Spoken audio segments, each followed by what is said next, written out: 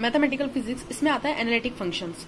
ठीक है, analytic functions को हम होलोमॉर्फिक फंक्शन भी बोलते हैं। जो सिंगुलरिटी होती है उसको समझने के लिए हमें एनालिटिक फंक्शंस को समझना बहुत ज्यादा जरूरी है। देखो एनालिटिक फंक्शन में क्या होता है, a function f of z is said to be analytic function at point z is equal to z0 if it is a single value and has a derivative at every point in some neighbourhood of z is equal to z0। Suppose मैंने कोई point लिया है, ये मेरा कोई point है z is equal to z0 पर, ये इस पॉइंट पर एनालिटिक कब होगा, जब इस पॉइंट के मतलब नेबरहुड पे सभी जो नेबरहुड है ना, इसकी ये नेबरहुड है, सारे पॉइंट्स मतलब इनफाइनाइट नेबरहुड है इसके, है ना, इस पॉइंट पर z is equal to z0 point के, तो इन सभी नेबरहुड पर ये क्या होना चाहिए, डिफरेंशिएबल होना चाहिए और सिंगल वैल्यू होना चाहिए। क्या होना चाहिए कि क्या कंडीशन रखेगी कि if it is a single value and has a derivative at every point in some neighborhood of z is equal to z0, तब हम बोल सकते हैं कि इस पॉइंट पर ये फंक्शन कैसा होगा, एनालिटिक फंक्शन होगा।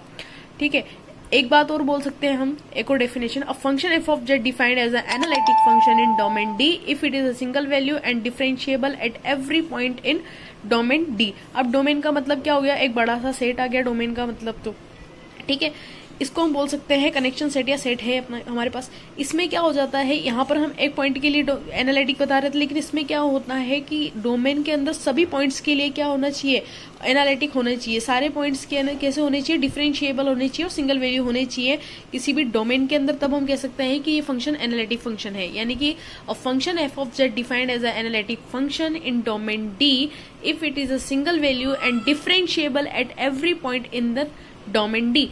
सभी पॉइंट पर क्या होना चाहिए, डिफरेंशिएबल होना चाहिए, तब हम कह सकते हैं कि ये फंक्शंस क्या है, एनालिटिक फंक्शन है, एनालिटिक फंक्शन है। अब बात आती है डोमेन डी की। डोमेन क्या है, तो डोमेन को हम बोल सकते हैं a set of all values, a set of all values for which the function, जो फंक्शन है उस फंक्शन को हम डिफाइन कर सके। A set of all values for which the function is defined होना चाहिए। ठीक है, जो भी फंक्शन, तो ये हो गया हमारा डोमेन की, a set of all values for which the function is defined.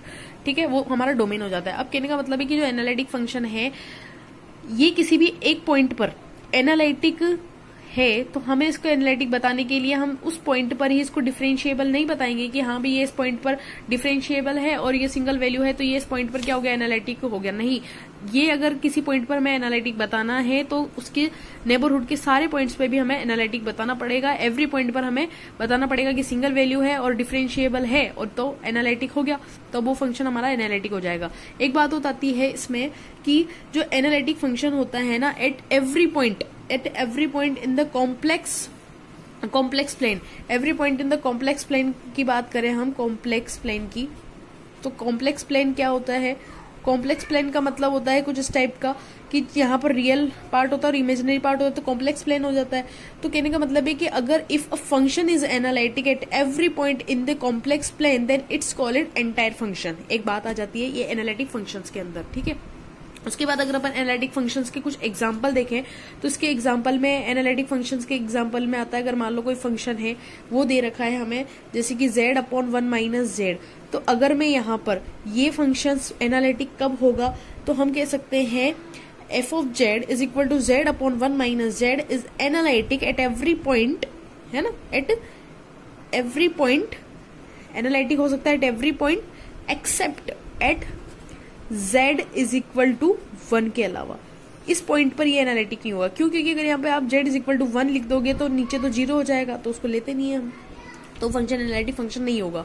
तो z बराबर 1 के अलावा इस सभी पर एनालिटिक फंक्शन हो सकता है।